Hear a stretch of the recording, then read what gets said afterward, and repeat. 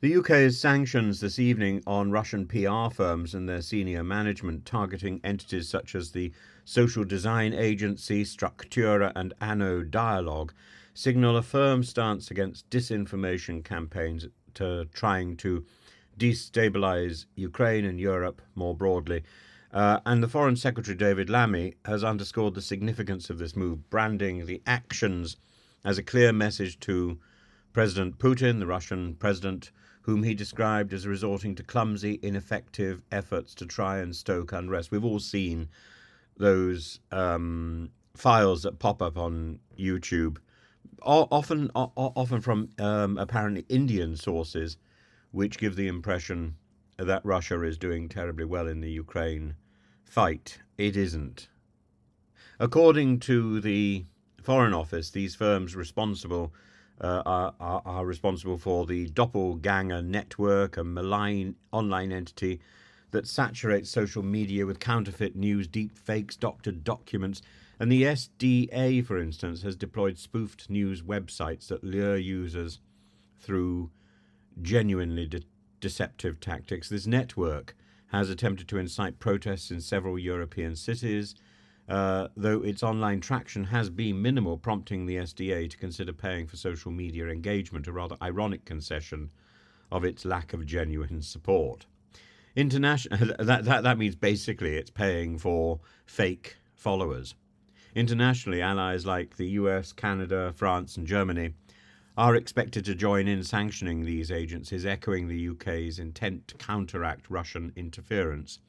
And this collective push suggests a coordinated effort to expose Russian narratives that often evade content moderation algorithms by cleverly circumventing trigger words. However, the sanctions ability to the sanctions are the sanctions efficacious? That really is the debate. While Britain's gesture is robustly symbolic, disinformation networks often adapt and circumvent the restrictions, questioning whether these sanctions will meaningfully impede Russia's malign influence, Russia's operations, or serve merely as diplomatic posturing, as gesture politics. As Lammy says, the UK will, quote, stand with Ukraine for as long as it takes.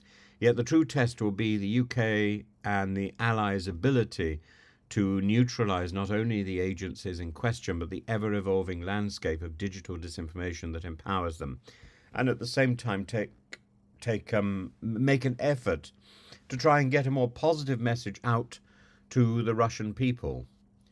Because the disinformation which is coming from the Kremlin is not only aimed at us, in fact, we are the secondary target.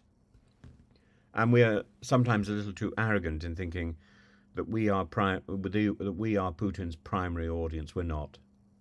Putin's primary audience is the people across Russia who simply listen to the television. They don't even listen to the wireless. They're listening to the television as they're doing their work. And the television networks, the Russian networks, are pumping out fake news.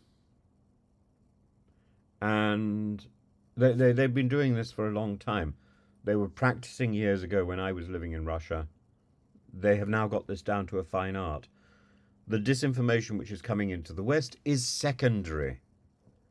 And we have our heads in the sand if we think this is Putin's primary goal. Putin's primary goal is his own people, and then the people of Ukraine, and then finally the West.